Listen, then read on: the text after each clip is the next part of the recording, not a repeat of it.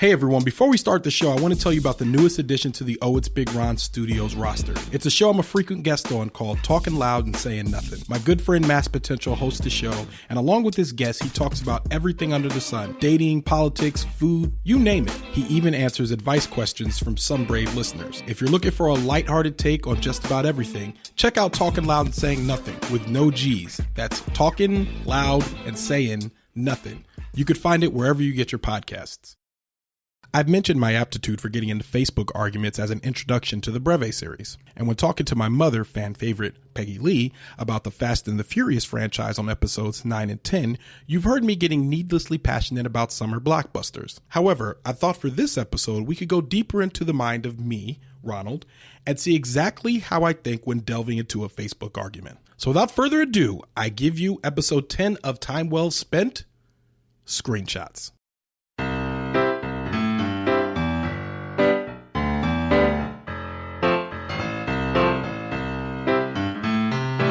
Welcome to yet another exciting episode of Time Well Spent with Ronald, the podcast that nobody asked for, yet somebody is listening to. I'm Ronald. Let's get right to it. In today's episode, I have created a reenactment of a recent Facebook argument I had a couple of months ago. As the reenactment begins, we will get into the specific subject matter. However, I wanted to point out a few logistical details so that everyone knows what they're hearing. The voices you hear read exactly what was stated in the argument. Names have been slightly altered, but not by much, and most of my listeners won't know who most of these people are anyway. I will be narrating the story in order to give order and context to what I was thinking as the argument went on. So every time you hear my voice, that is narration and not the actual Facebook argument. Playing the role of Harry will be Mass Potential. Mass Potential, yo. And finally, playing the role of me in the argument will be my mother, fan favorite, Peggy Lee. Hello, it's Peggy Lee. So again, every time you hear my voice, think of it as my internal voice and the omniscient narrator in this story. And every time you hear my mother's voice, that is my external voice in the argument. All right, here we go.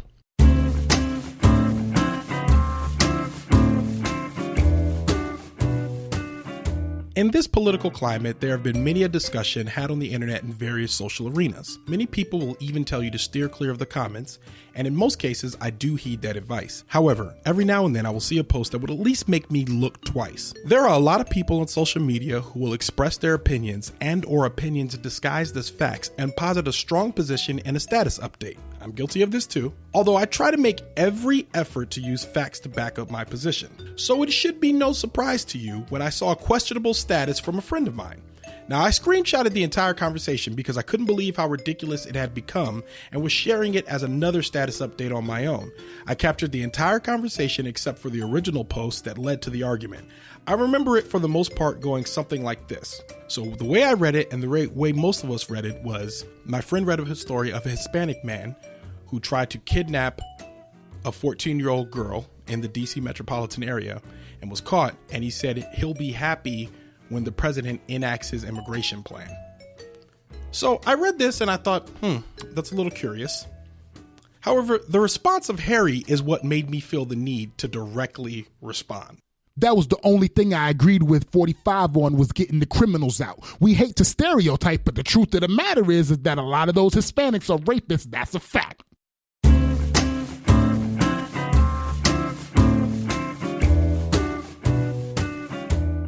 A lot of those Hispanics are rapists. That's a fact. I can't assume that I don't contribute to this on Facebook, but it would seem that there are a lot of people who on social media believe that they are experts. I believe there is a way to posit a theory without sounding condescending or sounding as if you have the sole answer to whatever the problem is. This isn't to say that I've discovered the definitive way to do just that, but reading a comment that says something like, a lot of those Hispanics are rapists, that's a fact, just seems a little bit off. So the most effective way I thought that I could attack this was by using sarcasm and pointing out the flaw in his language. I thought by talking about black people, this would be an effective way to show him that this type of sweeping language wasn't necessarily accurate. I should mention that the guy who said this was black, so I thought by appealing to his blackness in a sarcastic tone, he might realize that what he said was a little bit problematic, if not completely problematic. Okay, it was all problematic. It was a problem. It was all a problem. I didn't like it. So my response was, Yup. And most blacks are thugs that deserve to be shot by the police. Okay, so I know I came off a little harsh, but again, the whole idea was that by being this sarcastic and being this fantastic over the top, I thought that he could identify that what I said was as ridiculous as what he just said. However, when I said it, I was actually being sarcastic. Clearly he was not. This point went well over his head based on his response, which was, black criminals are thugs just like Hispanic criminals are rapists. No one said all Hispanics, only the criminals.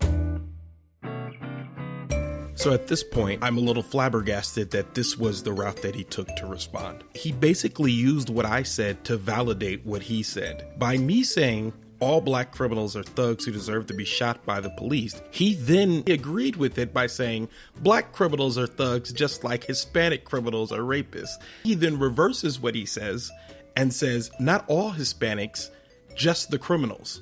So just Hispanic criminals are rapists. At this point, I'm just blown away with thinking his second statement was almost more ridiculous than his first statement. So at this point, I'm thinking maybe he doesn't realize what he said before. So I point that out to him in my next statement, in which I say, that's not what you said. You said a lot of those Hispanics are rapists. That's a fact. That's a different statement from what you said. Also, that's not a fact. Do you know what a fact is? All right, let me just be a little honest with you. I threw in that last little bit because I don't like this guy. We attended church together a few years back, and we had to work together on a few projects at the church, I'll say, in order to keep it as vague as possible. And basically, the way he acted on these projects was extremely disrespectful, especially to me personally. It seemed that he was fine with everyone else, but our interactions between me and him never quite panned out, even though I bent over backwards trying to be accommodating to this person. So at this point, what you're hearing in this argument is the little parts of me that don't like him mixed with the parts of me that don't like his argument. So if I sounded a little hostile in that clip, that's what you're hearing. So his response was actually pretty warranted. I'm not even going to be mad at what he said in response. Well, to some of what he said in response anyway, which was, the context is about criminals, Ronald. And it's not that deep where you have to challenge my intellect. So, sir, if you can't give respect, please don't respond to my post. This is no debate, just an opinion. Have a good day.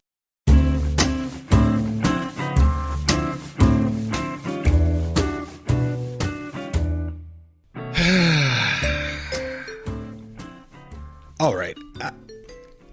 At this point, his response was to my hostility, and I understand that. However, I would say if I were advising him in this debate, what he should not have done was then say that what he said was his opinion, because that's when I kind of went into just straight, I've lost all respect for you and this argument now. There's no way in the world I can continue having this debate as if we are two opposing but respected sides of an argument versus you just saying ridiculous things and vacillating between them being your opinion and fact. This is something that there's a part of me that this just irritates to my core. I feel like if you're going to state something as an opinion or state something that's outlandish, just preface it by saying this is what I think, or this is me, or even acknowledge the fact that what you're saying might not be, kosher or standard, but it's what you think. You are well within your right to think that. But when you are mixing fact with opinion and attempting to dissuade someone based on the fact that you're saying that this is your opinion and or your fact, and or a fact, I can't even talk, then that's where I have a problem. And that's why I kind of doubled down on hostility in my response to him, which went as follows. Wait a minute, Harry. You just played yourself. You started off by saying that we hate to stereotype, but the truth of the matter is that a lot of those Hispanics are rapists. That's a fact. Now you back off and say, I'm being disrespectful of your opinion? Which one is it? Are you stating facts or your opinion? Because one of them is debatable and one is not. One of them is worthy of respect and one is not. His response? It's a fact that most male Hispanics criminals are rapists. I slowed it down so that you could hear it again. It's a fact that most male Hispanics criminals are rapists. And slowed it down so you could hear it one more time. It's a fact that most male Hispanics criminals are rapists. Bad grammar and syntax aside, what he is saying is in fact not factual. The people he's actually referring to, which would be Latino criminals, are not the majority rapists. That's just not true. Even if you look at the actual crime of rape and look at the statistics yourself, this is not something that the facts just don't support. This is what I'm trying to say. So I'm sure that at this point you can understand why I said what I said next, which was going back to the insult of his intelligence, because I, again, have lost all respect for anything this man has to say. And there's nothing that he could say at this point that I think will be deemed intelligent unless it is the opposite of the position that he's been positing this entire time. So I say, this brings me back to my original question. Do you know what a fact is? A fact isn't your feelings. I know that might be confusing for you, Harry. So yes, this is a full frontal assault on this man's intelligence. Number one, I didn't like him to begin with. Number two, his argument was racist and ignorant. Number three, he doubled down on his racism and ignorance. So there's no way in the world that I feel like there's any need for me to continue talking to this man as if we are respectable equals. This is a larger argument that I've been having with the political climate of today, which is understanding when I should continue to respect a person when their opinion is so ignorant that it's toxic or hurtful, or some of the reasons why we have legislative change in this country. So that was the last thing I said to him on that day, which was March 22nd.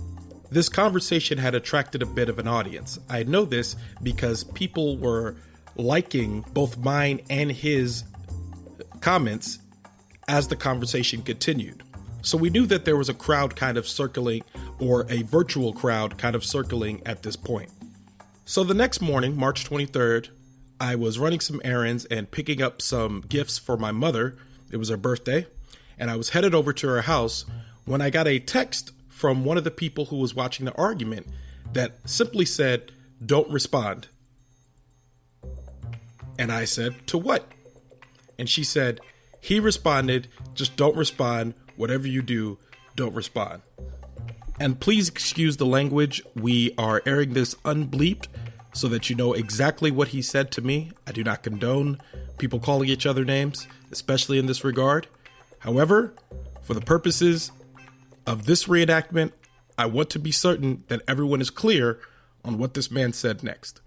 And his response was, Ronald, you are an asshole. So at this point, my big sister gets involved, and we'll hear more from her next week on Time Well Spent.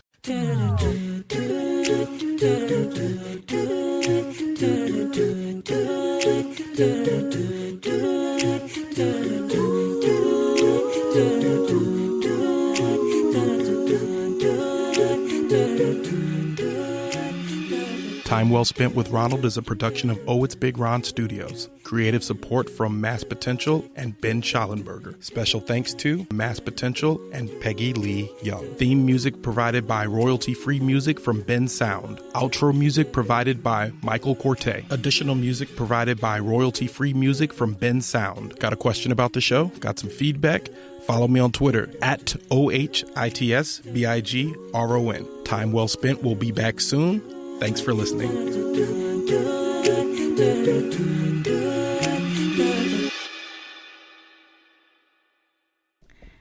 Do you have, mic's off, so you can go. do you have to do some sort of introduction or something? Nope. I'm just reading. Mm-hmm. Are you recording? Yes. How about now? Yes.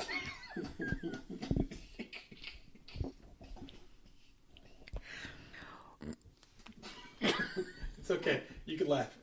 I'll cut it.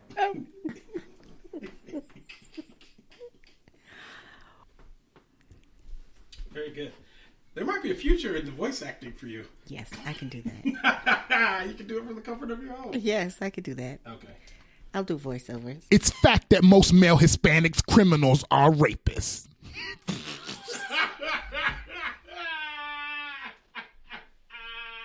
You gotta make a YouTube video out of this shit where you post the clips. Yeah, this is crazy. I'm gonna do that one more time. I couldn't breathe. He has no punctuation except for the exclamation mark with now. Oh man. Okay.